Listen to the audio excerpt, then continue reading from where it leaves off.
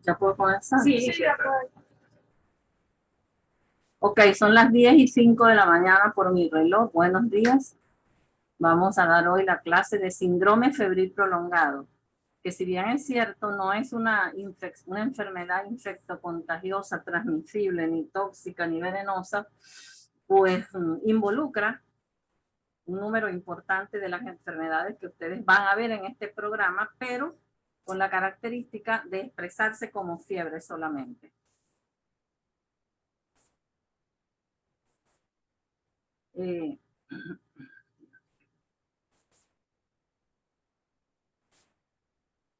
Acá tenemos en la primera diapositiva el concepto clásico, es decir, no, ni siquiera es el clásico. Este es el primer concepto que estos dos autores, Peter Dos y Bison, el año 1961, dieron de esta enfermedad. Primer concepto. Fíjense que tiene, bueno, 50, ¿cuántos? 50, con 60 años ya de que se dio este concepto. Y para ellos dar este concepto no fue caprichoso, ni mucho menos. Ellos hicieron un trabajo en el Hospital San Rafael, de la Universidad de Yale, en Estados Unidos, estado de Connecticut. Ellos hicieron un trabajo donde revisaron los años previos a 1961, revisaron esta enfermedad con la idea de hacer una definición, un concepto y ver cuáles eran las causas más frecuentes de síndrome febril prolongado. Este es un trabajo clásico. Lo que es clásico es el trabajo de Peter Dos y Bison de síndrome febril prolongado. Yo, gracias a Dios, lo pude conseguir el original impreso en esa misma universidad donde tuve la oportunidad de hacer una pasantía cuando estaba haciendo el posgrado de infectología, y oye, me costó bastante conseguirlo porque no estaba en las redes, en las pocas redes que había en ese momento de mi posgrado, año 1980, sino que lo encontré en la biblioteca, en el último piso, casi por decir el sótano, ¿verdad? Como una joya, la revista Medicine, donde estaba este artículo, y gracias a Dios lo pude copiar. Entonces vean que a manera de concepto, estos autores, después de ese trabajo, definen el síndrome febril prolongado como una enfermedad febril de más de 3 semanas de duración, es decir, 3 semanas o más de duración. Que la temperatura fuera mayor de 38.3 grados centígrados tomada en varias ocasiones y que el paciente no tuviera diagnóstico después de 1 semana de estudio en el hospital. Entonces, esto fue lo que los autores definieron en este momento. Esto ha cambiado y un poco la clase que quiero que se pongan pilas y vean, porque vamos a hacer como un paseo desde 1961 a la actualidad. Vamos a hacer un paseo de cómo este síndrome ha ido evolucionando en base a los estudios que se han ido presentando, en base a la evolución de la tecnología médica, diagnóstica y terapéutica, y otras características que vamos a ir revisando. Entonces, fíjense que, como les dije, esto fue modificado. Este es el concepto clásico que terminamos de ver y aquí está la primera modificación que la hicieron los mismos autores. Peter Dos y Bison la modifican debido a los elevados costos de hospitalización actuales, ¿verdad? Y frecuente habilidad en los momentos para estudiar un síndrome febril prolongado en pacientes ambulatorios. Entonces Peter Dos modificó este concepto y la semana de estudio hospitalizado la cambian por 1 semana de estudio inteligente e intensivo que puede ser hospitalizado o ambulatorio. Vean que entonces aquí cambia la cuestión. El paciente puede andar ambulatorio, lo puede manejar por consulta. Entonces, un poco lo que les comenté al inicio, vean, el advenimiento de nuevas y mejores pruebas diagnósticas a lo largo del tiempo, dijimos de esos 60 años, junto con el incremento en el número de pacientes inmunocomprometidos que han aparecido también a lo largo de esos años, llevó a revisar el concepto.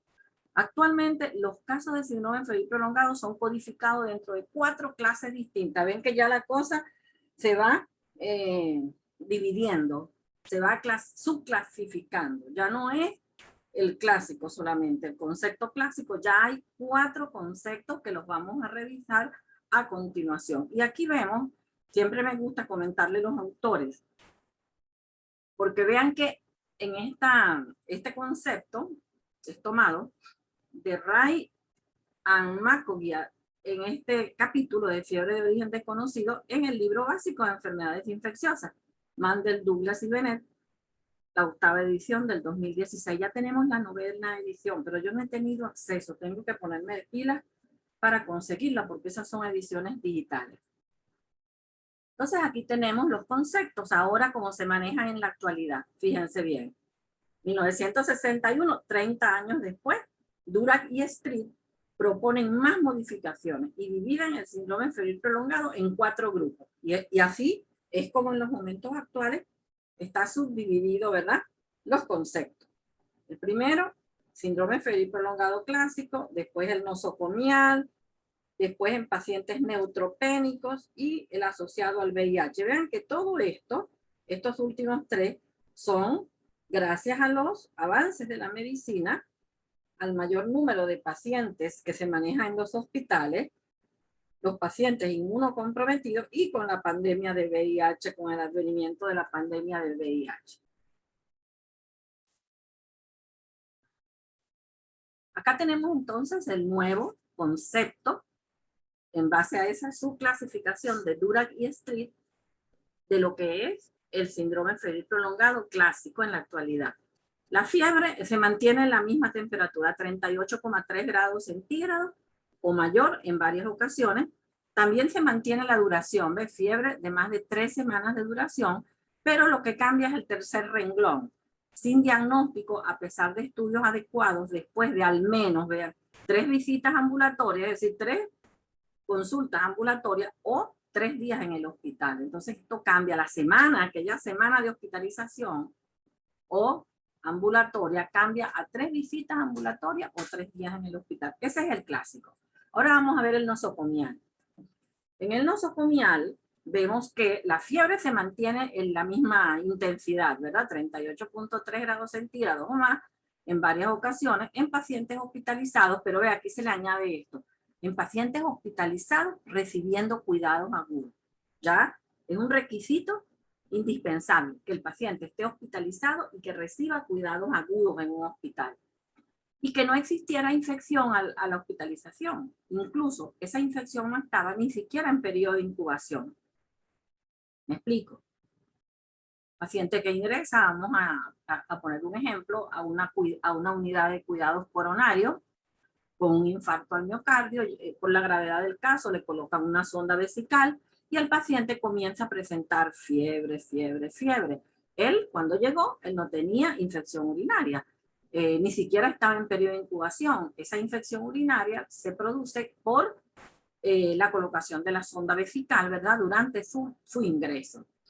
Sin diagnóstico, pero que además de este segundo requisito, no tenga diagnóstico después de 3 días, a pesar de una investigación adecuada, incluye al menos 2 días de estudios de cultivos microbiológicos. Entonces vean que aquí se añaden 2 días de, aquí cuál sería el urocultivo en el ejemplo que les di, ¿verdad?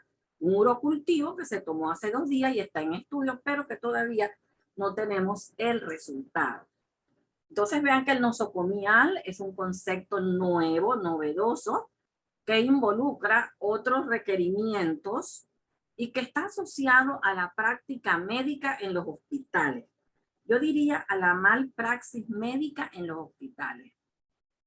El tercer concepto, que sería el síndrome febril prolongado en pacientes neutropénicos,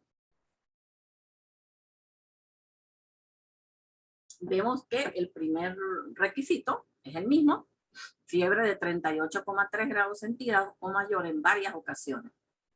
Vean el segundo renglón, sí también es un requisito especial y muy importante para este concepto. La persona, el paciente, debe tener menos de 500 neutrófilos por milímetro cúbico en 1 o 2 días de exámenes de hematología hecha. Entonces, esto es neutropenia. Neutropenia, menos de 500 neutrófilos por milímetro cúbico, no por porcentaje como lo dan en la hematología, sino por milímetro cúbico, es decir, en base al total de glóbulos blancos. y que esté sin diagnóstico después de 3 días, a pesar de una investigación adecuada, incluye al menos, de nuevo, 2 días de estudio de cultivos microbiológicos. Esto es lo nuevo. Esto es lo nuevo. Que el paciente ya se le hayan realizado cultivos y que estén con 2 días de estudio. Y el último concepto es el síndrome febril prolongado asociado al VIH. Ayer veía un paciente, un muchacho que tiene, un muchacho no, 32 años, un señor, que tiene VIH, y él abandonó su tratamiento desde hace 3 años porque se controlaba en Caracas, en el Hospital Vargas, y con la situación país nunca más pudo ir, nunca más tomó medicamentos. Y entonces en los momentos actuales tiene 14 días con fiebre, 14 días con fiebre, alta, con escalofrío. Y en los exámenes que se le hicieron en las investigaciones, le salió los glóbulos blancos muy bajos, una linfocitosis y una serología para dengue IgM positiva. Entonces tenía un diagnóstico de dengue, pero él sigue con fiebre. Ya la serología para dengue revirtió, ya tiene IgG positiva y sigue con fiebre. Entonces, es importante acá porque es un paciente que pertenece a este renglón. Entonces vamos a ver cómo debe ser estudiado, qué concepto, el concepto que lleva, que involucra. Entonces el primer renglón se mantiene. Fiebre de 38,3 grados o mayor en varias ocasiones. Pero el segundo renglón sí también es muy dado, muy dedicado a este concepto. El paciente debe tener una infección por el virus de la inmunodeficiencia humana confirmada por serología positiva. De hecho, el paciente la tiene. Y que tenga fiebre, pero vean, de más de 4 semanas de duración. Entonces, mi paciente no entra en síndrome febril prolongado asociado al VIH, él tiene apenas 2 semanas. En pacientes ambulatorios o más de 3 días ingresados en el hospital. Como el mío es ambulatorio, se necesitan 4 semanas.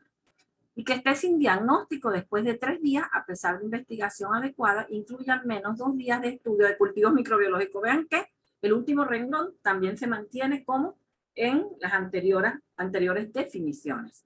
Entonces aquí lo que cambia es el renglón 2 y el renglón 3. Bueno, ya vimos los conceptos, ¿verdad? Y cómo esto ha evolucionado. Entonces, una vez revisado eso, ¿verdad? Que ya tenemos que ser más precisos, síndrome febril prolongado en pacientes con VIH, síndrome febril prolongado en pacientes con neutropenia, síndrome febril prolongado nosocomial. Ya eso es un capítulo aparte cada uno. Bueno, después de eso vamos a revisar con detenimiento, acá nos vamos a detener un poco, porque es importante, cuáles son las causas de síndrome febril prolongado.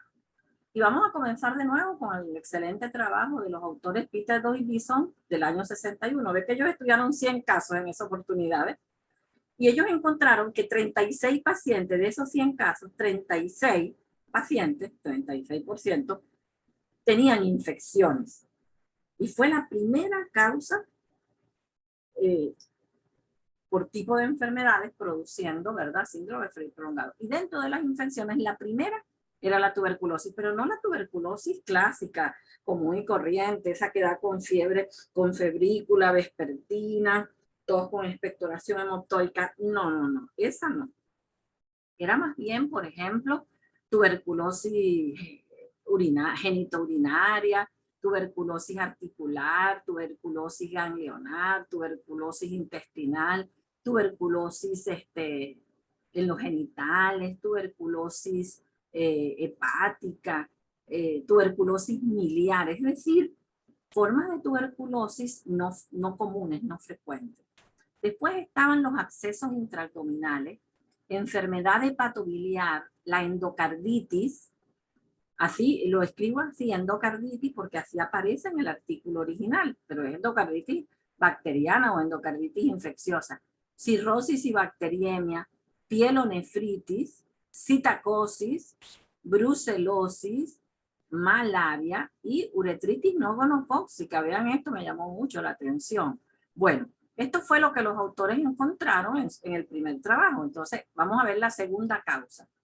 La segunda causa de síndrome febril prolongado en ese estudio, 19 casos, leucemias, linfomas, carcinomatosis, tumores sólidos y sin diagnóstico etiológico, es decir, solamente neoplasias.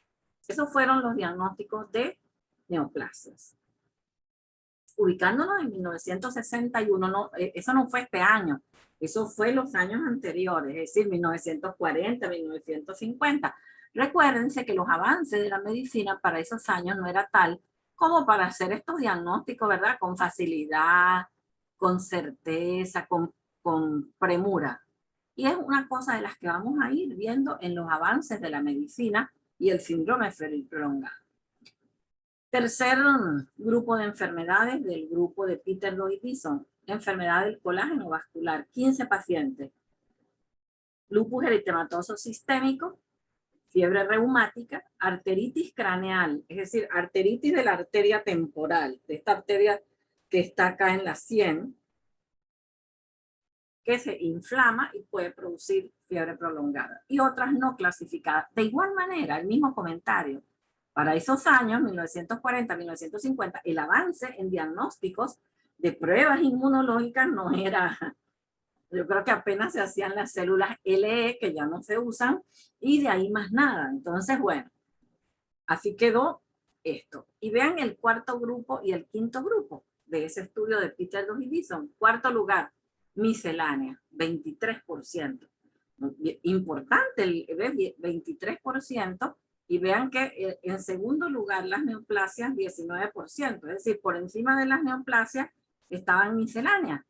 Y aquí en misceláneas es como que metieron todas las demás enfermedades que no iban en los tres grupos anteriores. Entonces, bien interesante esto, porque ve, 23 pacientes. Y el quinto grupo no diagnosticado, 7 pacientes, ¿ves? Que a pesar de hacerle con detenimiento todos los estudios, no fue posible diagnosticar la causa del síndrome febril prolongado. Entonces, esto también lo debemos tener en mente, ¿ves? Vamos a hablar un poquito de misceláneas. Vean, la misceláneas está encabezada por la sarcoidosis pulmonar, que es una enfermedad granulomatosa crónica de etiología no bien definida, y que puede producir daño pulmonar y de otros órganos, y que el tratamiento realmente es con esteroides. Después está fiebre facticia, y la pongo en rojo porque la siguiente lámina, creo, o por lo menos en láminas posteriores, le voy a dedicar una lámina a esta enfermedad, fiebre facticia. Después está la fiebre mediterránea familiar, llamada también fiebre periódica, que también, por su importancia, le voy a dedicar una diapositiva.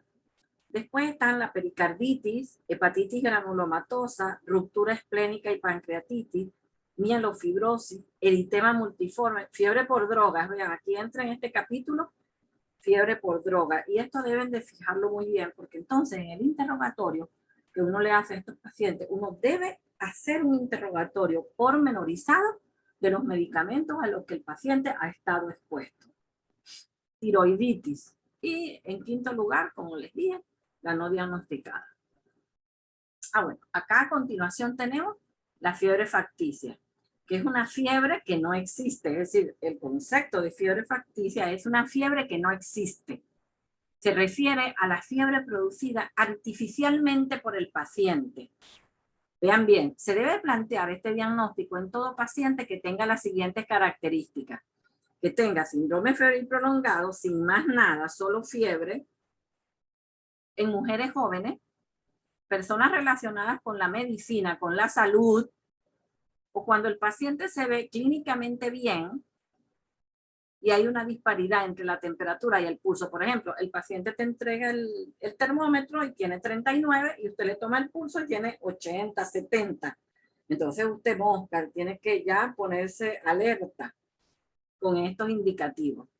Dentro de este mismo capítulo hay dos conceptos que quiero también traerles a colación, que es fiebre fraudulenta.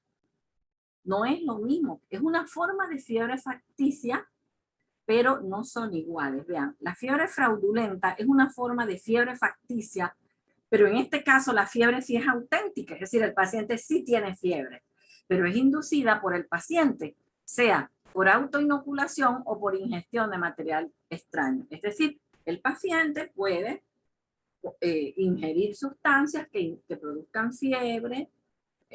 Algunos pacientes llegan al extremo de inyectarse, por ejemplo, presos que les interesa salir de la cárcel, ellos se inyectan vía subcutánea aguas de cloaca y eso le produce una infección y obviamente fiebre, ¿verdad? Entonces vean, fiebre fraudulenta. Y la tercera forma de fiebre facticia es la fiebre psicógena, que la fiebre psicógena tampoco tiene una causa, es decir, el paciente tiene un problema familiar, un problema de su entorno, ¿verdad? Que lo lleva a la aparición de esta fiebre, pero sin una causa orgánica. Entonces, vean, bachilleres, deben de tener mucho cuidado cuando manejamos estos términos. Esto es exclusivamente del capítulo de síndrome febril prolongado. Esto no es para ninguna otra clase de enfermedades. Entonces, fiebre facticia, fiebre fraudulenta y fiebre psicógena. Y como les mencioné, la fiebre mediterránea familiar, que es otra forma de fiebre del grupo de las causas misceláneas,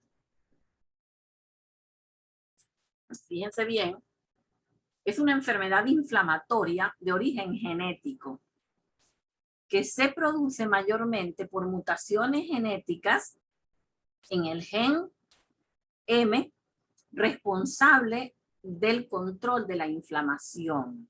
El patrón de herencia de la fiebre mediterránea familiar es autosómico recesivo. Y si los padres son portadores de una mutación, tienen más posibilidades de tener niños afectados con esta enfermedad. Este tipo de herencia implica que debe haber mutaciones en las dos copias del gen para que se produzca la enfermedad, es decir, ambos padres. La presencia de una mutación en una de las copias del gen no produce síntomas, pudiendo ser detectados portadores de la enfermedad, es decir, que el grupo familiar debe ser evaluado por completo.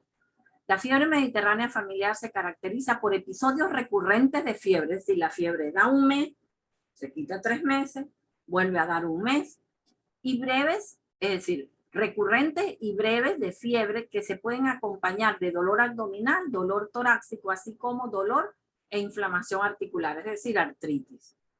Afecta a miembros de numerosos grupos étnicos, grupos raciales, con más frecuencia aquellos especialmente del mar Mediterráneo, incluyendo judíos, tanto sefardíes como askenazíes, armenios, árabes, turcos e italianos. Entonces, fíjense bien, alerta, cuando sea un grupo de estos que tenga estas características de esta fiebre, ¿verdad?, recurrente en el tiempo, acompañada o no de estas manifestaciones, pero que el origen racial está relacionado con las áreas adyacentes al mar Mediterráneo, uno debe plantear fiebre mediterránea familiar. Entonces, muy importante esto porque es una enfermedad, como ustedes dicen, como ustedes ven, genética. Ok, entonces vimos ya 1961, Peter Doug y Bison en su trabajo, esas fueron las causas. Entonces ahora vamos a avanzar, vean, 20 años después, Larson y colaboradores, esto fue en Massachusetts, en Boston, y ellos estudiaron, aquí iba el doctor Peter Doug, si mal no recuerdo, iba en este estudio también con Larson. Lo que pasa es que lo metí colaboradores, ahora no me recuerdo si era Peter Doug o Bison, pero uno de los dos iba. Y ellos estudiaron 105 casos. Entonces vemos cómo acá las infecciones seguían en primer lugar 31 casos, 31%, perdón, tuberculosis en primer lugar, acceso intraabdominal en segundo, aparece infección de la herida operatoria, infección por citomegalovirus propia de los inmunosuprimidos, infección del tracto urinario, sinusitis, candidiasis propias de inmunosuprimidos, hepatitis amibiana y osteomielitis. Pero vean, en segundo lugar, las neoplasias, ¿ves? Con el mismo número, 31%. Entonces, en esta segunda casuística de Larson, las neoplasias y las infecciones estaban en el primer lugar con 31% de los casos. Y las enfermedades, leucemias, linfomas, enfermedades de Hodgkin, tumores sólidos. La enfermedad del colágeno vascular en 9%, poliarteritis nodosa, fiebre reumática, arteritis de células gigantes, panaortitis y arteritis y enfermedad de Still. Después me voy a referir un poco a la enfermedad de Still del adulto, que es muy importante repasarla. En cuarto lugar, miscelánea, 17%. De nuevo, vean, encabezada por la sarcoidosis pulmonar, la seguida de la fiebre facticia, de la fiebre mediterránea familiar, y luego pericarditis, hepatitis granulomatosa, enfermedad de Crohn, aparece nueva, mixomas auriculares, tumores en las aurículas, grandes hematomas en el cuerpo, y no diagnosticada, 12%. No sé si quieren que paremos. No, te quedan 8 minutos. Ah, bueno. Luego, 10 años más tarde, vean, entonces Larson fue el que terminamos de estudiar en Boston, Massachusetts, y después, 10 años más tarde, en 1992, tenemos acá a Nocaer y colaboradores, ellos duplicaron el número de casos, ¿ve? Por un caso no fueron 200. Y aquí vemos cómo las infecciones de nuevo pasan al primer lugar, 23%, encabezado siempre por la tuberculosis, seguidos de abscesos intraabdominales, enfermedad hepatobiliar, endocarditis y citomegalovirus. Neoplasia, 7%. Ve, este bajo porcentaje acá, ¿qué nos dice? Que en la evolución diagnóstica, las neoplasias se diagnostican más fácilmente ya cercano pues a esta época, es decir, o en la década de los 80, más fácilmente se diagnosticaban los tumores y ya no cursaban con fiebre prolongada. De allí que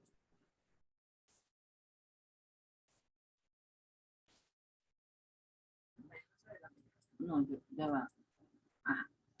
Entonces esto, ¿ves? 7% los tumores o neoplasias. Y las enfermedades del colágeno vascular suben a un 20%. Lupus eritematoso sistémico, polimialgia, arteritis temporal, enfermedad de Still. Esto es por mejoría de las técnicas diagnósticas, ¿verdad? De estudios inmunológicos. En el estudio de no caer en miscelánea, bueno, no hubo 24%, importante la cantidad de pacientes, 24% miscelánea, ve, hasta más que infecciones. O sea que miscelánea fue el primer lugar, seguido después de infecciones. Y encabezado igual por sarcoidosis pulmonar, fiebre facticia, fiebre mediterránea familiar y después alveolitis alérgica, pseudotumor de ganglios linfáticos, enfermedad de Crohn, fiebre por drogas, tiroiditis, hipertiroidismo, hipertermia, embolización de silicones, aneurisma femoral, enfermedad de Castleman. Y no diagnosticada, vean la gran cantidad, 26% de casos no se diagnosticaron, a pesar de los avances tecnológicos de estos años, ¿verdad? Ok. En esta lámina que la bajé del libro este de Mandel, no quiero que se la aprendan ni que la sepan ni mucho menos, sino de que en la edición, en la penúltima edición del Mandel, Principios y Prácticas de Enfermedades Infecciosas, ellos traen a colación un resumen, ¿verdad?, de las definiciones, dando pues las características más importantes, ¿verdad?, de los 4 subtipos. El clásico, el asociado a los cuidados de salud o nosocomial, en pacientes neutropénicos y relacionados con el VIH. Entonces ustedes con calma, como van a tener la presentación, entonces van a revisar uno por uno cuáles son las características, ¿verdad? Entonces acá lo único que me voy a fijar es en las causas, en los 4 grupos. Fíjense bien, en el clásico, las causas más frecuentes son cáncer, infecciones, condiciones inflamatorias, no diagnosticados, hipertermia. En el nosocomial, bueno, infecciones asociadas al cuidado de salud, complicaciones postoperatorias o fiebre por droga. En los neutropénicos mayormente son infecciones, pero oportunistas y documentadas solo en un 40-60%. Y en el grupo de VIH, como infección primaria, micobacterias típicas o atípicas, citomegalovirus, linfomas, toxoplasmosis, criptococosis, y no sé por qué ellos aquí no escribieron tuberculosis, porque la tuberculosis es muy importante en este grupo, igual que la histoplasmosis. No sé por qué lo estoy añadiendo yo en base a mi trabajo con pacientes con VIH. Y otra cosa bien importante es que aquí, en cuanto a las investigaciones, ¿ves? Que se hicieron en esos periodos. En esos periodos, fíjense que aquí entonces en el último grupo, test serológico, cuenta de linfocitos, radiografía de tórax, examen de heces, biopsia de pulmón. biopsia de pulmón, de hígado, cultivos, test citológicos, imágenes cerebrales. ¿Ven? O sea que esto es diferente en base a los subgrupos. Entonces esto lo van a revisar ustedes con calma. Y los sinónimos de esta entidad, no solo se le dice síndrome febril prolongado, ustedes también lo van a encontrar como fiebre de origen desconocido, fiebre de origen oscuro, fiebre de origen indeterminado, fiebre inexplicable, fiebre perpleja. Es decir, depende del autor el nombre que le quiera colocar.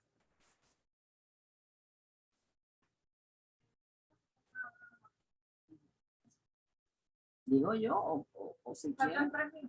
No, pero vamos a terminar. En esta lámina que es tomada del Mandel, del libro del Mandel, pero es que es de este autor de Cuna, de su artículo de fiebre de origen desconocido publicado en Infectious Disease Clinic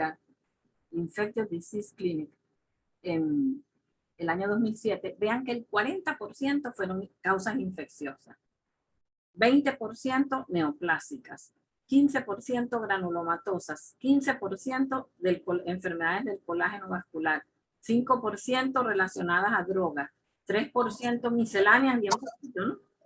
Y sin diagnóstico, pues como 2%.